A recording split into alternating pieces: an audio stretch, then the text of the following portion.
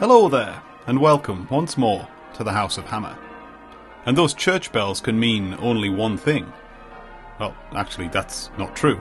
Ringing church bells can mean lots of things. A call to worship or prayer, an exorcism, a funeral, or a significant time.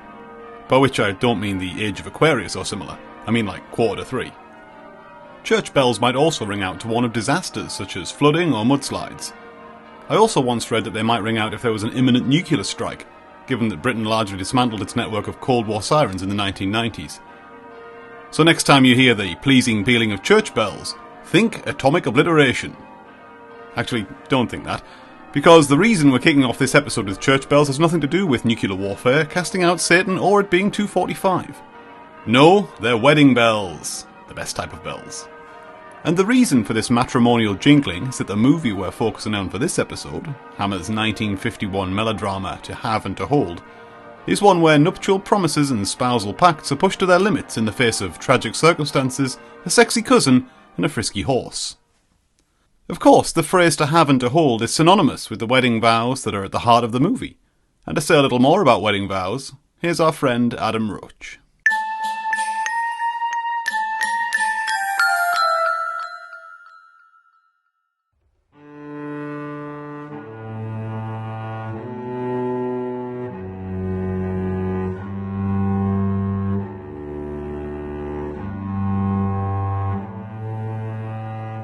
I, Smokey, take you, Galahad, to be my lawful wedded hind, to have and to hold and to guzzle, from this bank holiday forward, for worse or for worser, for Richard for Reddy, in sickness and in health, starring Warren Mitchell, until meths do us part. It's touching, isn't it, the way that simple words link us to the things we love. Here in the UK, be it in the registry offices or the churches, prospective partners walk that aisle, take their places, and say the words that condemn them to their life sentences. And after all this time, we don't seem to have found a better way to do it for some reason. No, they make us all walk that mile in front of our giggling friends, wearing ill-fitting suits, sweating and worrying in case we flub the lines. And it's even more wonderful if you're a natural introvert. Anyway, this week's film, To Have and To Hold, obviously takes its name from those sacred vows and cleverly subverts the more traditional marriage story. Smart thinking on the side of the filmmakers to have called it To Have and To Hold, because without stating it obviously, we know we're about to become a part of a husband and wife's drama. But it got me to thinking, what would this have been called if it weren't set in England? What would have been the title if you were, I don't know, a Viking, for instance?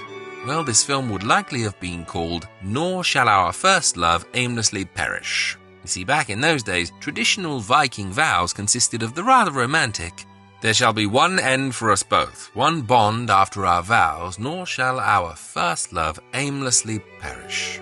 Happy am I to have won the joy of such a consort. I shall not go down basely in loneliness to the gods of Tartarus. If this film was set in ancient Greece, it might have worked better as a silent film. You see, back in those days, all a couple had to do in order to become husband and wife was to stand in silence at the altar and stare dreamily into each other's eyes. The only words traditionally spoken at the event were from the bride's father, who would lead his daughter up the aisle, plonk her next to the groom, and say, "I give her to you." Terrible title for a film, though. But thank goodness, too, that this film wasn't set among the ancient Celts, because it might have appeared on the surface to be a very different film. You see, in that case, it would have been called Bone of My Bone. You really need the context in order for it to sound romantic. The full thing goes, "Ye are blood of my blood, and bone of my bone. I give ye my body, that we two might be one. I give ye my spirit, till our life shall be done." Aww. You might have thought it was a film about a threesome if they'd used a druid wedding vow. Very saucy stuff. I wish healing upon you. The healing of Mary with me. Mary, Michael, and Bridget. Be with me, all three. Very Rita, Sue, and Bob, too. But perhaps my favourite set of wedding vows are the ones that seem to have gently become very popular over here in the UK and which are known as the Apache wedding blessing. Now you will feel no rain, for each of you will be shelter for the other. Now you will feel no cold, for each of you will be warmth for the other. Now there is no more loneliness. Now you are two persons, but there is only one life before you. May your days together be good and long upon the earth. It's also known as the benediction of the Apaches, the Cherokee wedding blessing, and the Navajo prayer. Thing is, it's not a Native American blessing at all. It was written in 1947 by the author Elliot Arnold for his Western novel Blood Brother, which was subsequently turned into the 1950 movie Broken Arrow starring James Stewart. When will movies learn to leave wedding vows alone?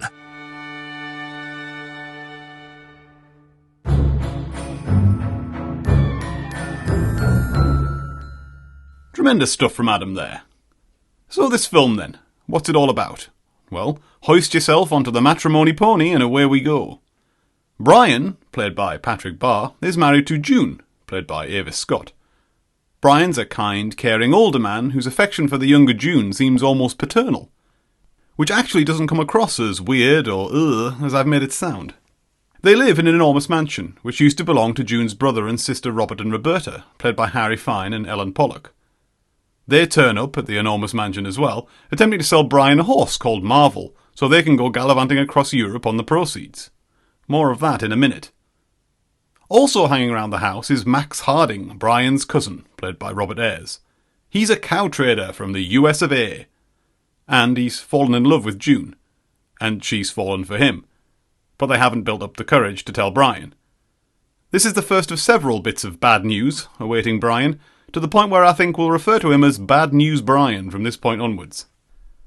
Anyway, back to the aforementioned horse that Robert and Roberta have brought along with them to sell their brother-in-law for 400 guineas.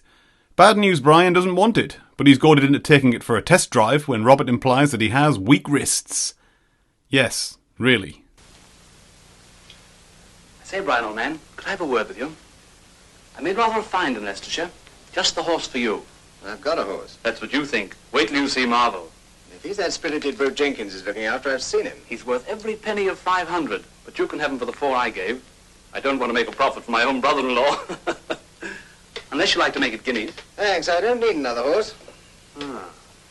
Perhaps you're right. He's certainly spirited. Takes a lot of handling. I know. I rode him here. You need strong wrists. I could ride him. Don't make any mistake about that. Of course you could, old man. Let's forget it. Tell Jenkins to bring your horse round to the front. I'll go and change. I shan't be long. Brian then takes Marvel the horse for a little trot, only to find Marvel is less Champion the Wonder Horse and more Psycho the Terror Horse. An incident occurs, and Bad News Brian is badly injured. In worse news, Marvel has to be shot. It's all a bit of a downer, really. I mean, everyone loves a horse. Actually, that's not true, as a cursory glance online reveals several blog posts and forum contributions entitled Why I Hate Horses, followed by tedious insights into mild equine-related childhood trauma. Anywho, here to talk about horses and our relationship with them is Smokey. Just Smokey. Like Shergar, only less likely to be held for a significant ransom.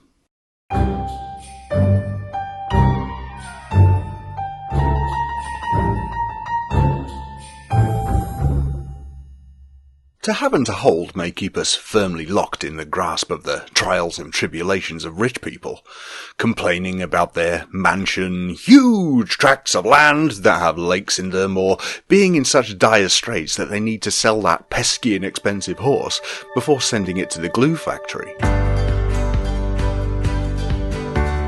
It's the last bit of that paragraph that I want to focus on today. Not the unfortunate demise of any of our equine friends, but horses in general. A little aside before we get going. My modest domicile where I reside just happens to be situated right next to a racecourse, where, over the span of the year, when the weather allows it, holds host to a number of meetings of the horse racing variety. I'm going to try and rein in my personal bias, but something tells me I'm going to fail. These times of year are my very least favourite of living where I do. The humble and kind locals who inhabit this area, going about their day-to-day business, are swarmed upon by quote-unquote ladies and gentlemen, normally from a northeastern city of England. The former wearing ill-fitting suits they've almost certainly borrowed, and the latter wearing heels that are bound to snap or end up buried in some poor girl's head for looking at my man. The drink flows, the swearing starts, they pile out of the stalls, and seem to have completely forgotten that urinating in someone's front garden really isn't on. How's that for reining in the bias? Now you must be thinking, oh, come on, Smokey, that's not fair. They can't all be like that. And of course you would be right. I'm not going to tar them all with the same brush. That would be spectacularly harsh of me. But something did occur to me while watching the film in question. Why are the Brits sometimes seen as horse-obsessed, fox-killing aristocrats? For 5,000 years, the horse has been an ever-present ally, in war and peace. Civilizations have risen and fallen on their backs, and evidence of the horse's use is everywhere to be seen. Yet somehow, following the increasing pace of mechanization in the 1930s, we have so quickly forgotten how indebted we are to the domestication of this animal. Before the development of the steam locomotive in the early 1800s, the only way to travel on land faster than human pace was by horse. Since travel is one of the defining features of human development, so the history of the horse is the history of civilization itself. But, and let's be fair here, it's much easier to recline in a comfy chair with a synthetic ham and cheese sandwich and a can of warm Stella on a train than it is on a horse. You may think I'm being somewhat flippant about the cultural significance of the horse, but I'm really not. They've just never held an appeal to me. Apart from as a youngster and my teenage hormones were sent flying by seeing Kim Tate in her jodhpurs and boots on Emmerdale Farm. But that's by the by. Back to my original point. Why does it come across as such a British interest? Personally, I think there are several reasons. The monarchy, for one. Centuries have been and gone, and you can see paintings, drawings, and pictures of several members of royalty and aristocracy plonked astride some unfortunate Mr. or Mrs. Ed over the years. And there's another one, aristocrats. Seems very stiff upper lip, doesn't it? People with more money than Paul McCartney, dressed up to the nines, gathering together in some vile right-wing huddle, preparing for a lovely Sunday jolly that inevitably ends with the casual dismemberment of a defenceless bushy-tailed mammal. Definitely not Boom Boom for that unlucky sod. Then we return to what I mentioned before, horse racing. Once reserved for the well-to-do to show off their prize studs and fillies, has now become a haven for ex-professional footballers, football managers, and restless retired Geordies who pull their redundancy money to own half a leg. As you can tell, it's just not for me. I certainly don't begrudge anyone their desires, as long as it doesn't hurt anyone or anything. There's no harm in having a flutter on the Grand National once a year, as seemingly half the people in this country invariably do. Or going through the racing form with your auntie on Boxing Day, because she's had 2 glasses of Prosecco already and just says, why not? As you've heard from Ben, the horses in this film actually play quite a pivotal part to the plot, much more so than they did in the storyline of Sporting Love anyway. And in a funny way, it's actually quite nice to be reunited with them. But I suppose the real question is to have and to hold Sad Ken at the 3:30 at Chepstow, or Red Rum winning the National in 1977? We shall see.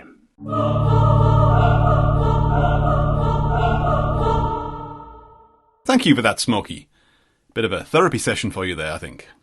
Anyway, back to this movie. Bad News Brian has been badly injured by Marvel the now-dead ghost horse and has lost the use of his legs. So he needs Max to run things in his giant mansion and take care of June and do all the things with her that he can't do, like play tennis and canoodle guiltily. At this point, he still doesn't know that the two are in love, so it's all a bit, well, sad. And it gets even worse for Bad News Brian, when a doctor offers a decidedly sketchy medical diagnosis, the crux of which is that Brian ain't getting any better. In fact, he's only going to get worse. Dead worse. As in, he's going to die. Bummer. All this is mine. All it's meant in the past. All I could make it mean in the future.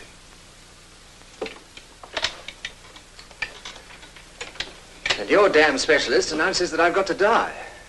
Well, why should I take his word for it? There are other specialists.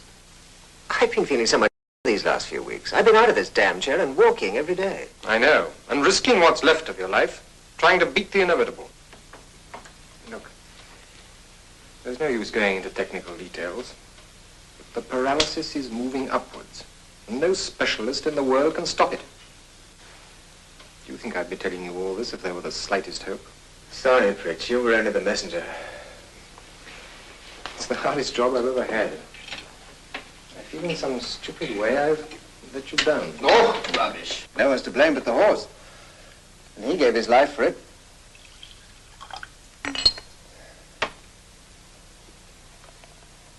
How long have I got, Pritch? 6 months. 6 months. Around this time, Brian works out that Max and June long for each other and that he is an obstacle, which comes across as remarkably rational in the circumstances. So he embarks on a plan to ensure that June and Max will end up together after he's gone, and the pair of them can carry on his good work. Whatever that is. But then Max's 18-year-old daughter turns up, and the plan is put in jeopardy as Robert and Roberta also have their eyes on Brian's giant mansion. To Have and to Hold would be director Godfrey Grayson's 7th and final film for Hammer, so it feels apt that the immortal Kev Moore rocks up and tells you all about him as our latest Hammer hero.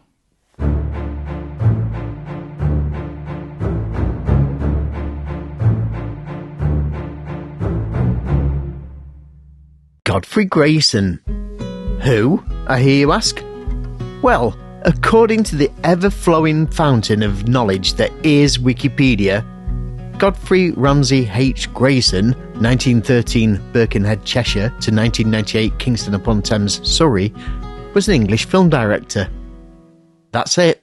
That's all you're getting. Thanks, Mr. Pedia, if that's even your real name. Even in passing, we've probably given him more airtime here at the House of Hammer. And that's not a lot. Godfrey Ramsay Harrington Grayson deserves awards for his awesome name alone, but when you look at his body of work for Hammer and Exclusive, he'll at least have our unending gratitude. In the space of a little over a year, he would be on directing duties for all the insanely long-titled Hammer films: Dr. Morell, The Case of the Missing Heiress, The Adventures of PC-49, The Case of the Guardian Angel, which has no angels in it at all, Dick Barton Strikes Back, and What the Butler Saw and Dick Barton at Bay. If that wasn't enough, he would also provide the story, screenplay, and direct one of the many highlights we've seen so far in Meet Simon Cherry. With Room to Let, Someone at the Door, and To Have and to Hold, he'd still be in the director's chair whilst having a hand in co-writing the screenplay. It's not hard to see why he might have been running out of steam by the time To Have and to Hold went before the cameras in June 1950. And in fact, his next work, The Fake, a gritty Brit noir, would premiere on the silver screen 3 years later. The Fake would put him in good stead for a decent occupation in television action and crime drama over the next couple of decades. Most notably with the American Danzigers, who would regularly work with some of the top craftsmen Britain had to offer. Excuse the pun, but on a musical side note, Rupert Grayson, who frequently works with Frank Spencer as musical director, was involved in the scoring of a handful of Hammer's second features. These would include many of the films of his brothers, which goes a fair way to explaining why these particular films were able to be produced at such an alarming rate. And when you throw in Godfrey's twin, Ambrose, as the writer of Dick Barton Strikes Back, it's also quite the family affair. So what if Godfrey Grayson was in charge of a couple of missteps from Exclusive and Hammer? When you look at what he managed to bring to the screen in such a short space of time, he's undoubtedly another hero to hang on the hallowed walls of the House of Hammer.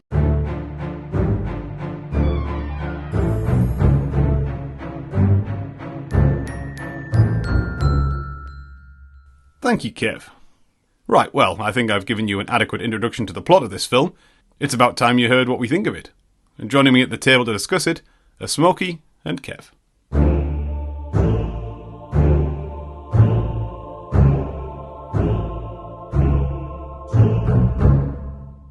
Okay, my friends, we are still in 1951, so people should really get comfortable because we're going to be here for quite a while over the next few episodes. But we have moved on from the delightfulness of the roster case, and we are now on to Have and to Hold. This is slightly different from the Rossiter case in many, many ways. So not slightly at all. So it's very different from the Rossiter case. I need to choose my words more carefully. But we go away from what I class as the dark side that we experienced in the last episode. And we go into slightly lighter fare. Now, don't get me wrong, we don't go into the comedy elements that we had to endure before that. And thank God, because I don't want to go back there anytime soon. And I'm sure none of you do either. There be dragons. I know. So, but this is an odd mishmash. There are some light-hearted elements. There's also a darker element to it. But also, this is much more of a melodrama than a full-on drama thriller. So, initial thoughts on To Have and To Hold, please, gentlemen. I think it's quite ironic that the themes that run through it are very similar, actually, to our last film.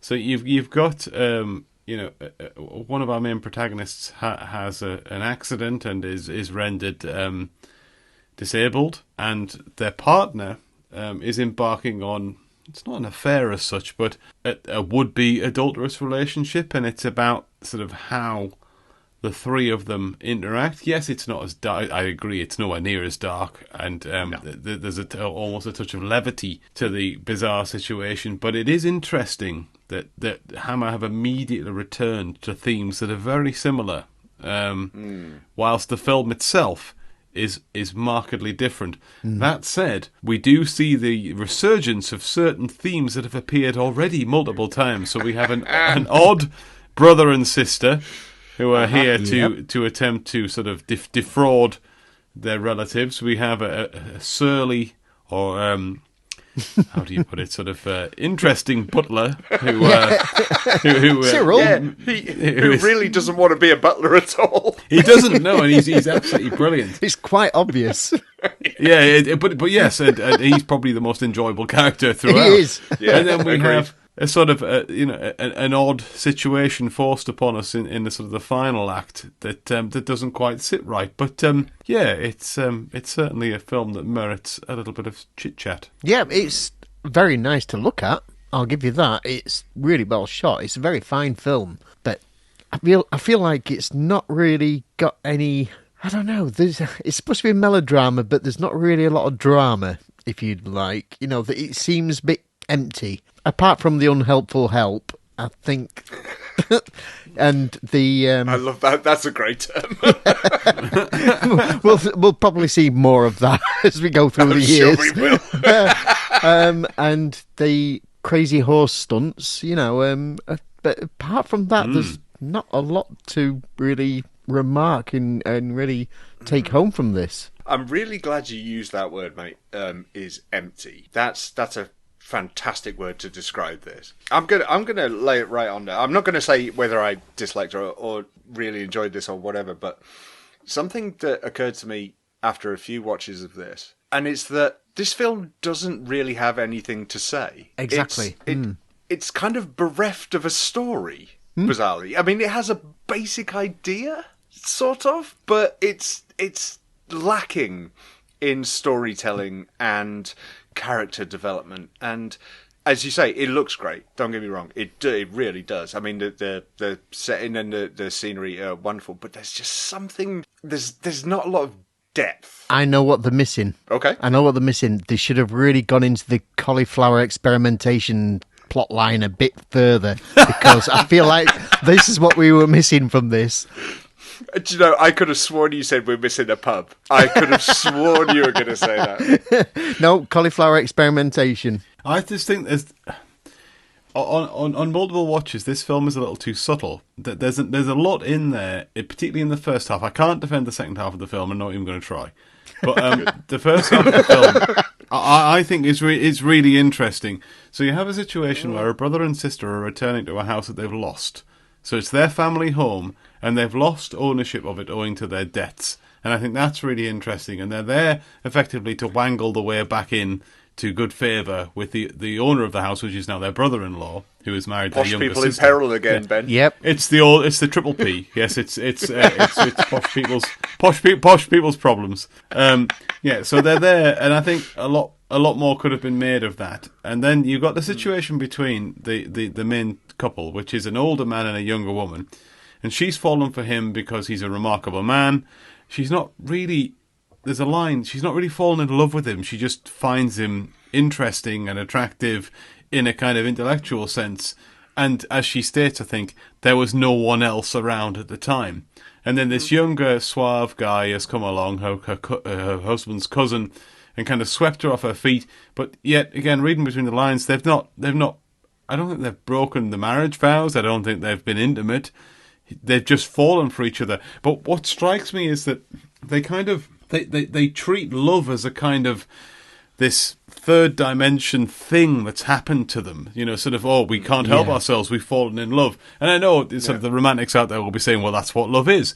But that isn't what love is. Love is managed by people, particularly people who are already in relationships, should be adult enough to say to each other, yes, this is a thing, and we need a decision to be made. Do we destroy what we've created to be with each other, you know, or do we not? And many, you know, there are thousands, millions, tens of millions of instances across the years where people who have been in committed relationships have fallen in love and dismissed it and said, you know, I'm sorry, but I've already committed to this. And I think that in itself is a little bit dismissed too easily here, where we have our younger wife and our older husband, and all of a sudden she's like, oh, well, I've met this man who's nice and I'm in love with him, and now I must leave my older husband. And I just think June, the character, comes off really badly throughout this film if you piece together the dots. She is a really unsympathetic character. And but that said, that's kind of what makes it interesting.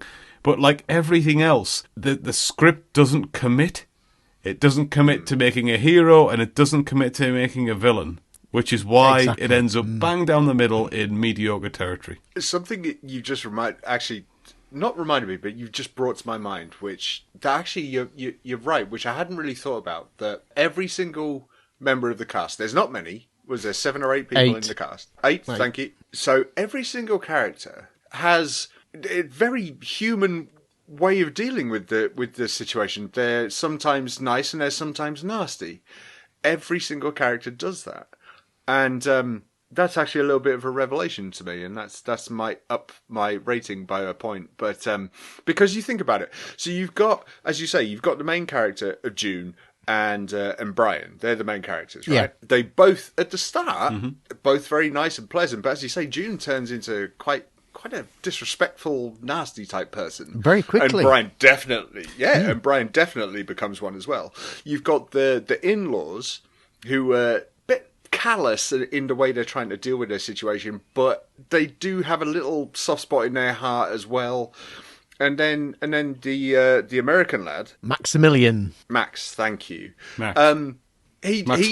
Harding, sorry. Yeah, but is it for his girlfriend or his daughter?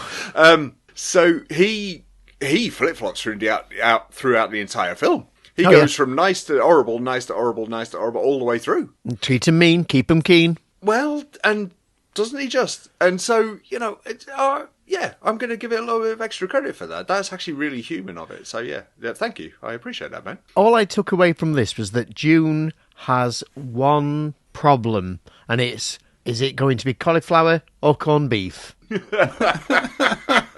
You're obsessed. Decisions. How about both? I just think that none of the characters are fleshed out to the extreme they could be, because you get hints all the way through that June, she doesn't want to be with her husband, and she doesn't want her lover stolen away by spoilers to the listeners who haven't seen this, but about 2/3 of the way through, Max, who is her husband's cousin, who is there on business and she's fallen in love with, his daughter turns up. His daughter is 18 years old, and she also doesn't want Max's attention stolen by him as well. And for what is meant to be a sympathetic character, if you listen to what she actually says, it's like, oh, she's not actually very nice.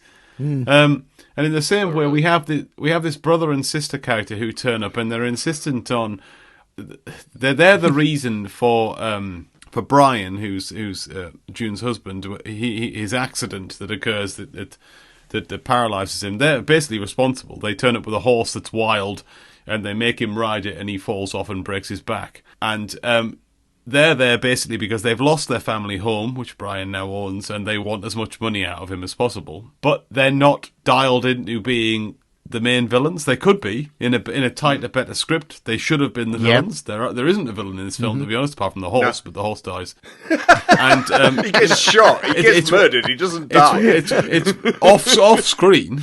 It's one of many mistakes that happens in this film.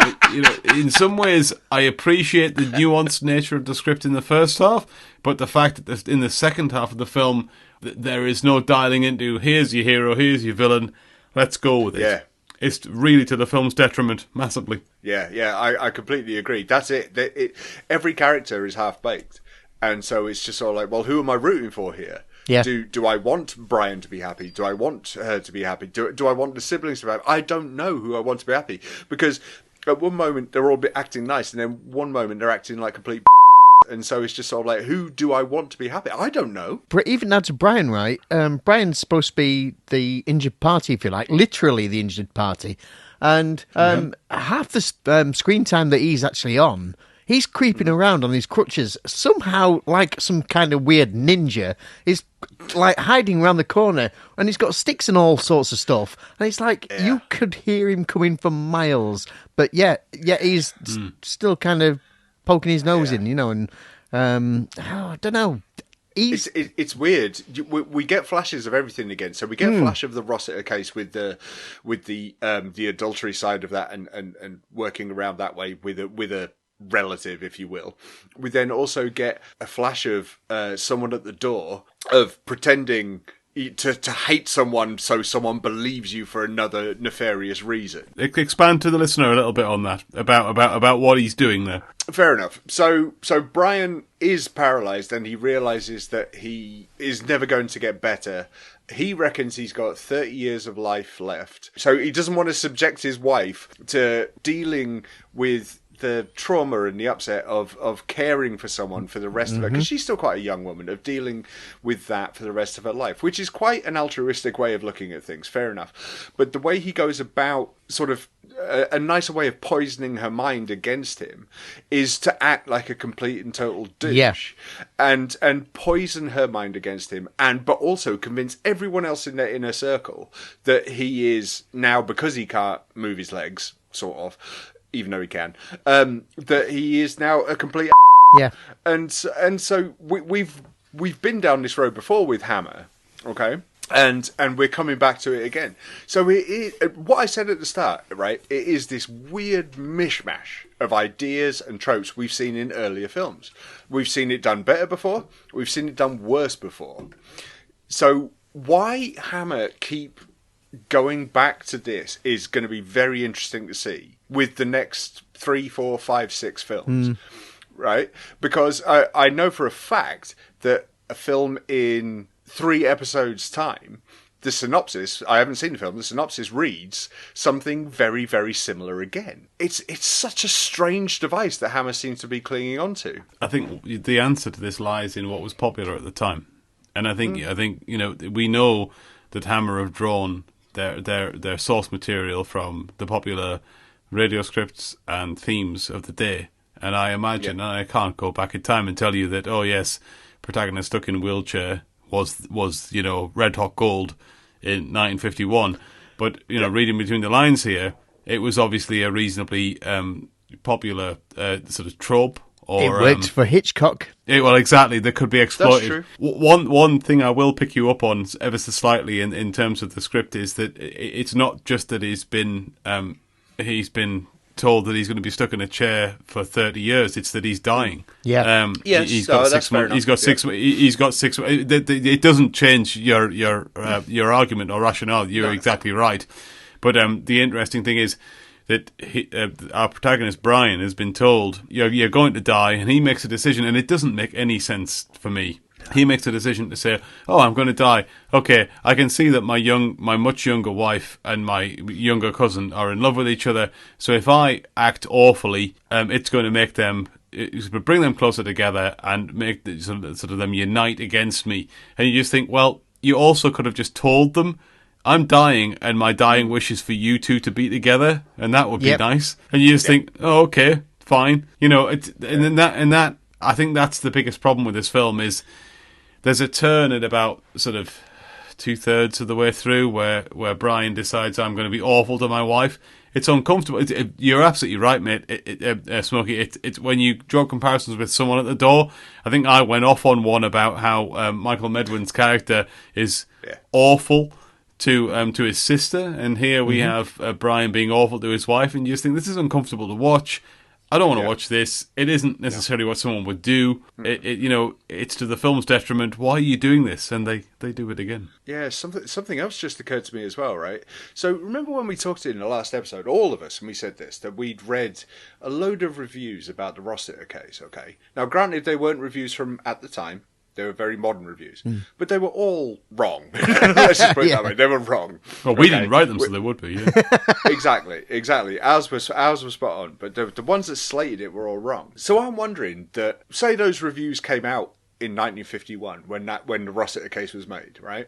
Say they read those reviews and they just went, we really got it wrong with the Rossiter case. Let's try it again into having to hold, but change it up slightly. See if we can make the characters a bit more sympathetic. There's got to be something in there. Possible. Surely. Yeah, that's a good shout. Because you think about it, apart from two characters in the Rossiter case who were, firmly on the side of quote-unquote good, everyone else was a bit But in this, everyone flip-flops so much. It feels like now that they're tweaking the formula a little bit to see what works. Unfortunately, especially in our opinion, from what I can gather so far at least, this fails where the Rossiter case succeeded. Well, it fails because there's no villain. It fails because there's no one to hate.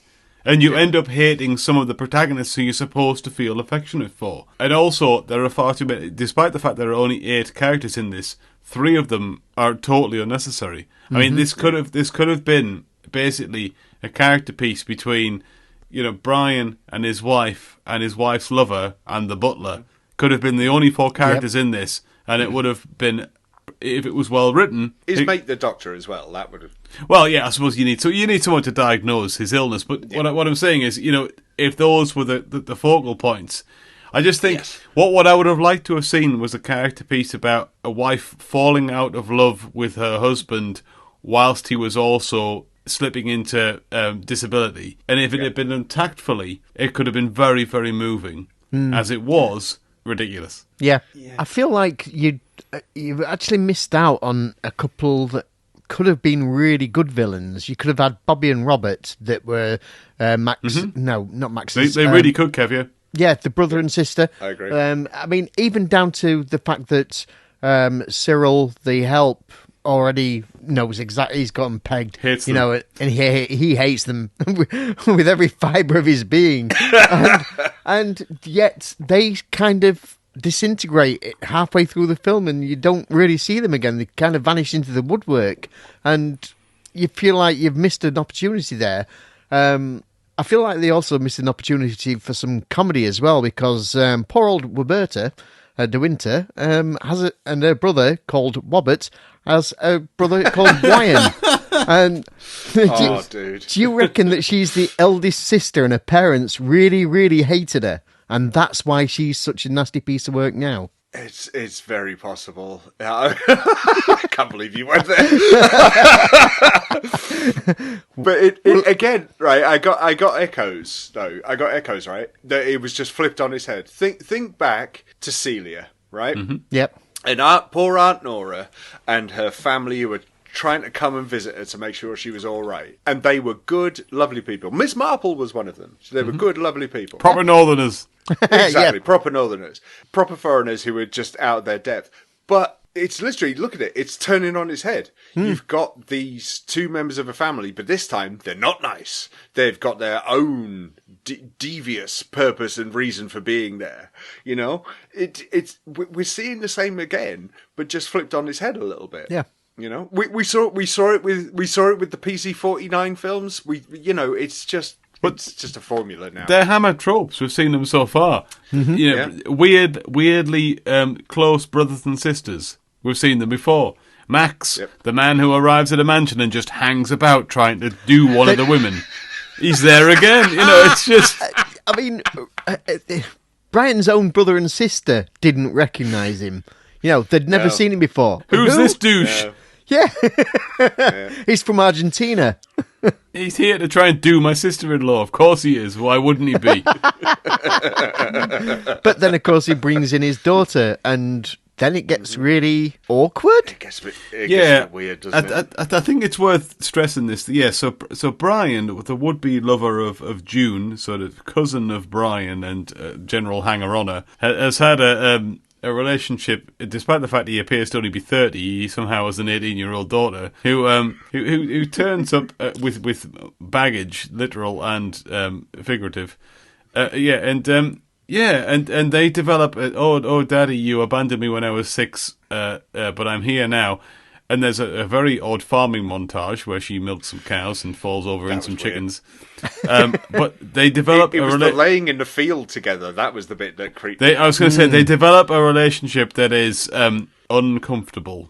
Yes. Is probably the best way to put it. Yep. It definitely crosses a few she doesn't lines. call him Dad, she calls him Max for a start. Yeah. And she tells him how handsome he is, and he tells her how beautiful she is, and you think, yeah, this is. I'm not wanting to watch this. She's got an amazing accent to say that she's an American. I must put it out there that she can cook glass with that accent. Was she meant to be American? Yeah, she came over from America, but she certainly doesn't sound like it. she can also shatter glasses with that bleeding voice of hers. Oh, God Almighty! I knew we'd get to this eventually. That song. The singing, Kev. You got problems with the singing? Well, no, actually, she's got a fantastic voice, but it's. Should we add a little context there? Yeah. For some bizarre reason, they decide to have a sit around and a sing song. So again, another Hammer trope: sit around and have a sing song. You know, make sure that we get that one in. Frank Spencer's got another song he wants to do. Yeah. Now that's a banger. Everything Paul Robeson did was a banger. Yeah, but this is not. This is like clawing down a chalkboard is the best way of describing it. It's got some notes in there that you just don't want to hear. I lost my love in the autumn of the year. I lost my heart in the winter drear. I found my love when the spring brought back my heart. Oh, some say we shall never apart.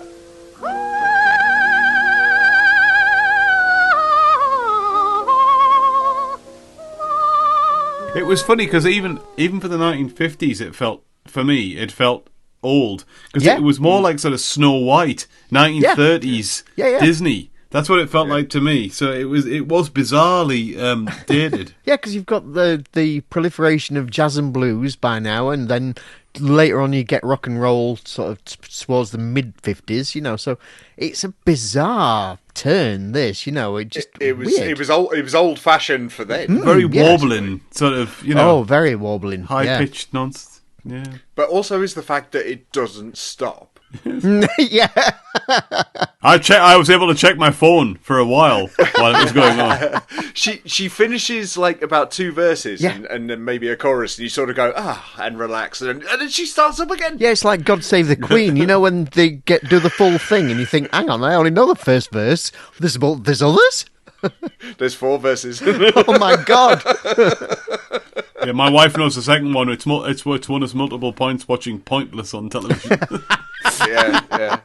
Okay, right. So we've gone pretty much through the story and the deficiencies of it, but we haven't really mentioned many positives. Let's do some positives of the film, shall we? Yep. So we said, I mean, it looks great, and the location is great again. We're back where we have been before. Mm-hmm. But what else do you guys have? The setup's fantastic. The whole setup of the story. If you sort of remove it from what we've talked about, the fact that there's many Hammer tropes to this far. I love the setup. I love the fact you've got this older man, younger wife, his younger cousin's visiting. There's a horrible accident. He injures himself, and you've got this scenario where the two of them are clearly falling in love, and he knows it. And what is he going to do about it? And I think that's tremendous. And the fact that they spurn it and don't nail it home with a really gut-wrenching or tear-jerking melodrama is the ultimate crime to this film. Because the first 35 minutes for me pretty flawless. I love it, but I can't defend the second half of the film because it goes off the rails, and it the superfluous characters who are introduced in the first half. You think, okay, these must be here for a reason, are not, and the choice to make our hero effectively a complete douche in the second half that doesn't pay off, and it's just irritating. It's an irritating film, but the first half is cracking. I love Cyril. Again, Cyril is fantastic, and I feel like he was underutilized. He could have really been sort of this film's version of Benson. He could have been the real comedy turn in this, and really brightened it up. I like it, yeah. There's also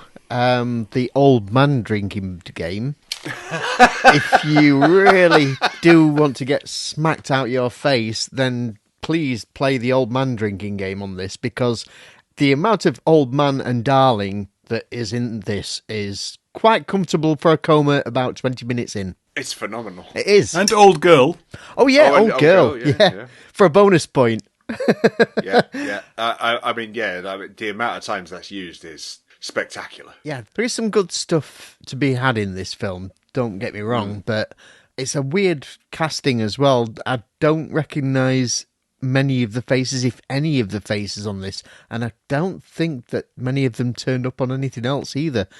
It's kind of like a rep production. I feel like if they'd have had somebody with a bit more wherewithal, if they'd have had somebody like a High Hazel, it might have actually lifted it a little bit. Now you're talking. Well, yeah. Yeah. High Hazel would lift anything, let's face it. No, I agree.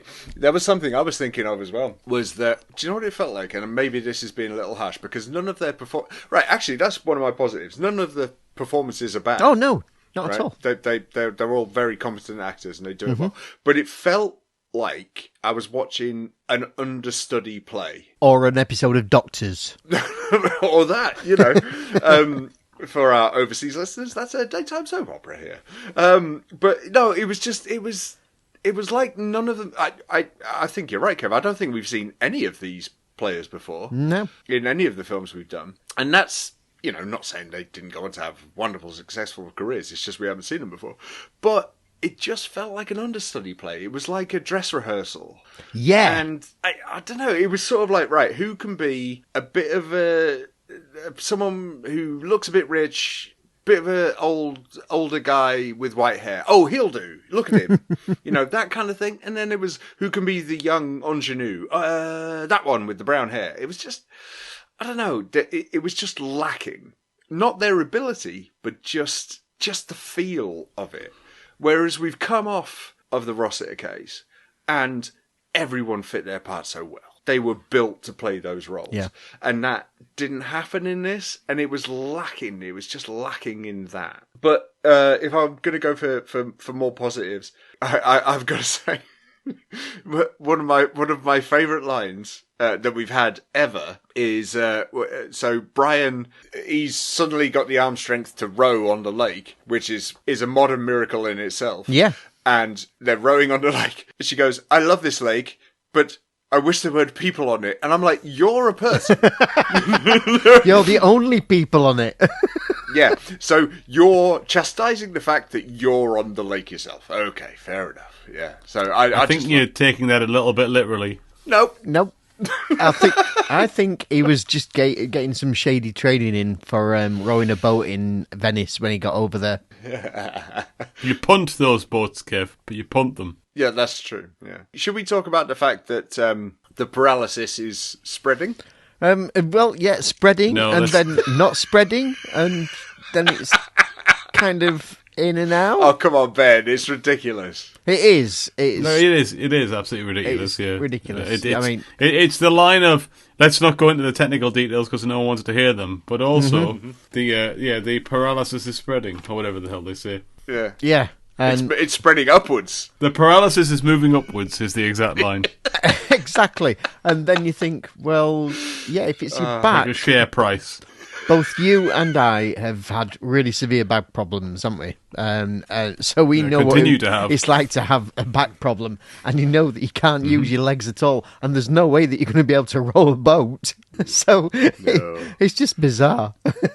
It's such a weird medical diagnosis that we get. Yeah. So we haven't cared this time about spoiling the film because I think it's unspoilerable. But Unspoilerable. That's a good word. I think it's fantastic. Fantastic word. How do we feel about the ending? Do you want to describe the ending? I was wishing one of you would. No, I will. Okay, so in the end, all right. So Brian, who has been told he has months to live, knows that his wife June and his cousin Max are in love, and decides, well, I'll leave them here on my enormous country estate, and I'm going to go to Italy and see some of the finest cities in the world. But I'm also going to take with me my wife's lover's daughter, who is only 18 and wants to be a singer, and I'll expose her to the best singers in Europe, and she can learn from them and fulfill her dreams. And you think, okay, that's on paper, that's all very fair enough, but he is effectively a 50-odd-year-old man disappearing with an 18-year-old girl, and who is besotted with him, by the way. Yeah, she loves him. Yeah, she's got real daddy issues. She's actually got genuine daddy issues. Thinking about it, she really, really does though. As well. Yeah. Which is fine, but the film then just ends. Is fine. Well, at least it's well explained, is what I mean. Yeah, that's true. Yeah. But the film just ends, and there's no sort of clinching moment between Brian and June where, oh, June, I'm sorry, I'm dying, and you should live your life with Max because you deserve it, or there's none of that. There's just a kind of, he drives off in his car and the film ends. And you think, have we not earned a bit more than this over the last hour? I'd argue that we have. Ben, don't you find it confusing that he's just basically thrown the keys to the house to those two, even though Maximilian has already said that he needs to go back to Argentina, and he's basically said, no, you've got to look after my house now. I'm off to Italy. Yeah. That's and also, weird.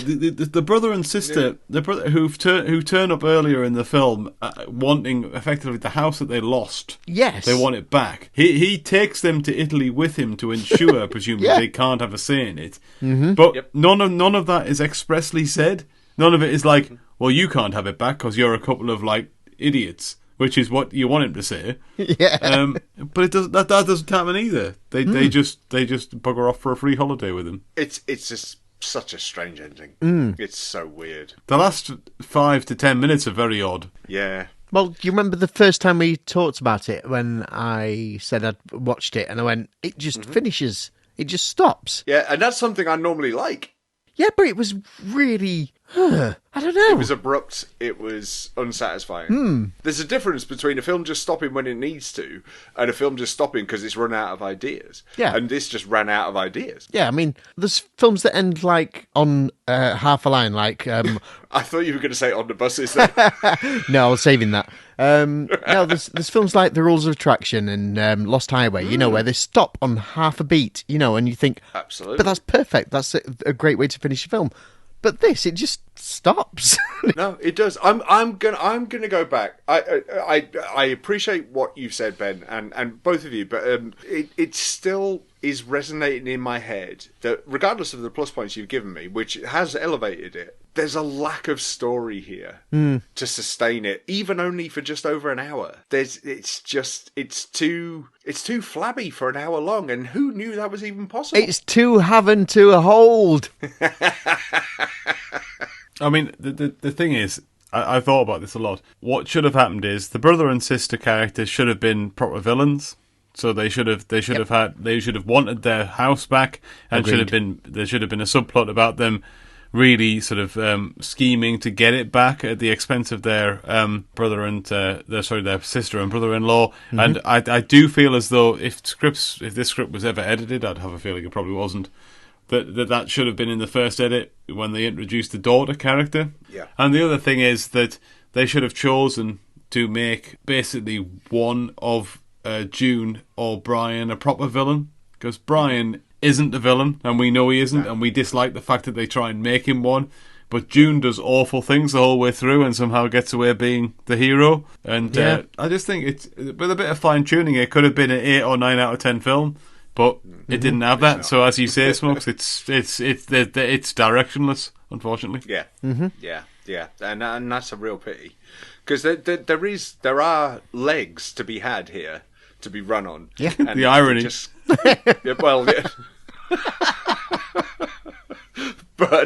but they just missed it on that one. It's a damn shame.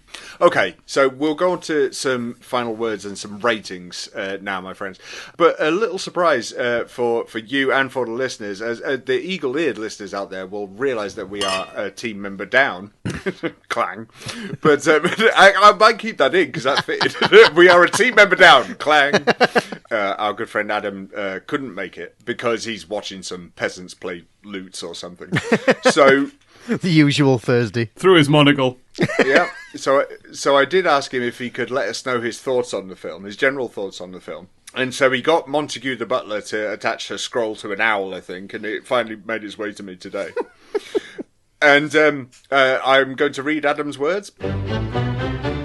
I would say that it's definitely a good idea. I like the fact that a man has to make his wife unfall in love with him so that she can be happy. I think it could have been a lot tighter. However, it was kind of a nice surprise to see Hammer dealing in melodrama instead of genre cinema. And I didn't dislike it at all. It was just kind of inconsequential. It doesn't live long in the mind. If Hollywood had made it, it would have starred William Powell and Kay Francis. I have to agree with that, actually. Yeah. And, don't you know? And I would have bawled my eyes out. I would give it a 6 out of 10. Here you are, Montague. Put it on the owl. So that was our friend Adam. So there, Adam gave it a 6 out of 10. Kevy, what are you going to rate To Have and to Hold? I'd give it a 4 out of 10 because it's not unwatchable, but it is forgettable. You know, the fact that I've watched it a couple of times and it's pretty much dripped out of my brain pretty quickly, and that's not even the port. That is just, this film isn't actually starting any fires anywhere. Yeah, no, I can see where you're coming from. Ben? Yeah, I'll give it a 6. The setup's great. Execution is poor. As a melodrama, it's... Obviously, I'm being slightly more sympathetic to it than Kev, but I mean, it is a melodrama, and melodramas, by their very definition, can be quite forgettable. But no, I enjoyed what it tried to do. I'm intrigued by what Hammer is trying to do at this particular period, and what I really need to read into more about why this particular sort of theme, the broader sense of the theme, is a thing. But you can't defend how this film goes awry. But I'm going to be more forgiving, I think, than Adam and Kev, and I'll give it a 6, but it's perhaps a higher 6 than Adam. Mm-hmm. But yeah, it's interesting, and one I would say for any Hammer completist out there, you should definitely watch. But just don't expect too much. Do you think they were trying to perhaps fill in the gap from Gainsborough? Because I don't think Gainsborough were going by this time, or were pretty much winding down. I'm not sure. You know, because they were well known for the melodramas and costume dramas. Yeah, that's a good point, Kev. Yeah, a really good point. Getting hold of something that was popular and no longer available. That makes sense. But that was their whole business model, wasn't it? That was, it was yeah. just getting the IP. Mm-hmm. Yeah, exactly. Yeah, no, it's very interesting you say that. I personally, I just couldn't get on with this too much. It was lackluster, and it was too flabby. I didn't hate it. I didn't. As I said, the acting performances were great, but it was just so middle of the road that I was just disappointed. And maybe we got spoiled with the last episode. I don't know. Could be. There was no story there, and sorry, I'll change that. There was a story there. They just didn't find it properly, and that's its big downfall. Both times I watched this, I found my mind wandering, and as you said correctly, Ben, the last 10-15 minutes of it is just like, what are you doing? You know, yeah. I don't quite understand. So I'm in the middle of all of you. I'm going to give it a 5. It's straight down the middle. Yeah. It's a bang average film. But I think what you said there as well, which is going to be interesting, is to see why they're doing this, why they're going the way they're going. Because obviously there's a big hop, skip and a jump between, I don't know, Sporting Love, Celia, this. You know, it's a massive chasm now. You know what I mean? And it's going to be very interesting to see where they go next. But forgive the pun, this is not going to have and to hold in the memory for a very long time. Oh, another title drop. I'm not forgiving that pun.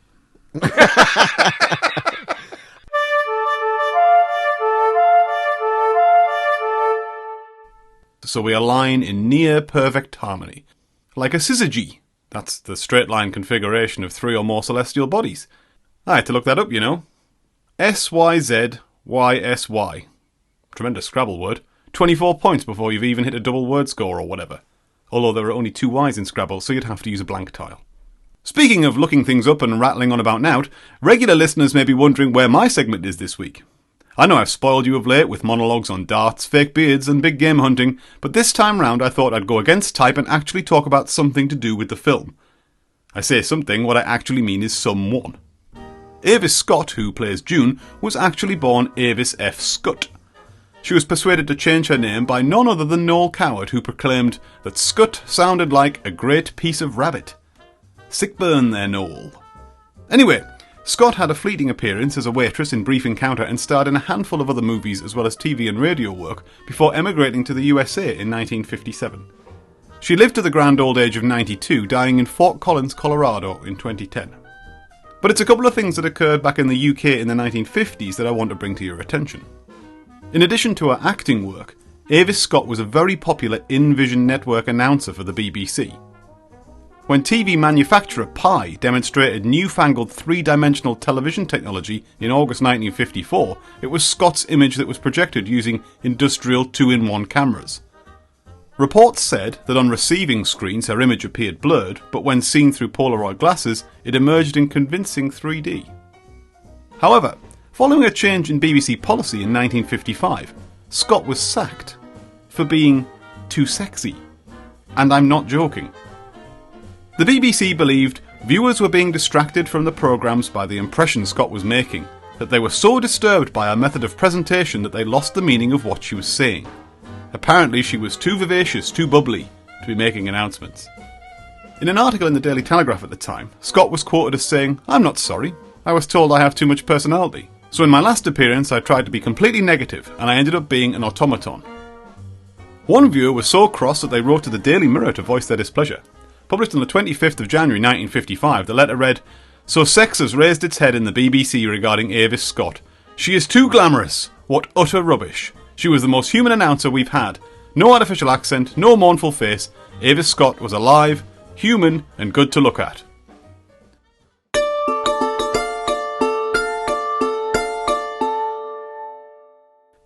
And that's just about it for this episode. But before we go, just a quick reminder to give us a rating on your podcatcher of choice. Unless it's a poor rating, don't do that. And remember, you can follow us on the socials, on Twitter and Instagram, at HouseHammerPod. It's how to keep up to date with all we're up to, including online screenings and other thrilling off-pod activities. Also, should you wish to send us a strongly worded email, you can do so at scream@houseofhammerpodcast.com. I ain't going to spend any time on it, but one of the other chaps might. I believe Smokey prints them out and wallpapers his toilet with them. And going back to the topic of thrilling off-pod activities, our very own Kev Moore has contributed an article to the latest issue of Hammer fanzine Claret, which is all about devil women. I'm sure Kev lent heavily on his first-hand experience of the topic, so be sure to order yourself a copy. Visit claretzine.com/shop to bag yourself one. And with that, until next time, it's goodbye from me, Ben Taylorson. From me, Smokey. From me, Adam Roach. And from me, Kev Moore. We look forward to welcoming you back next time to the House of Hammer, when you'll be in the company of some desperate men in a lighthouse. That's a description of the film, by the way. We might be desperate men, but we don't own a lighthouse. Yet.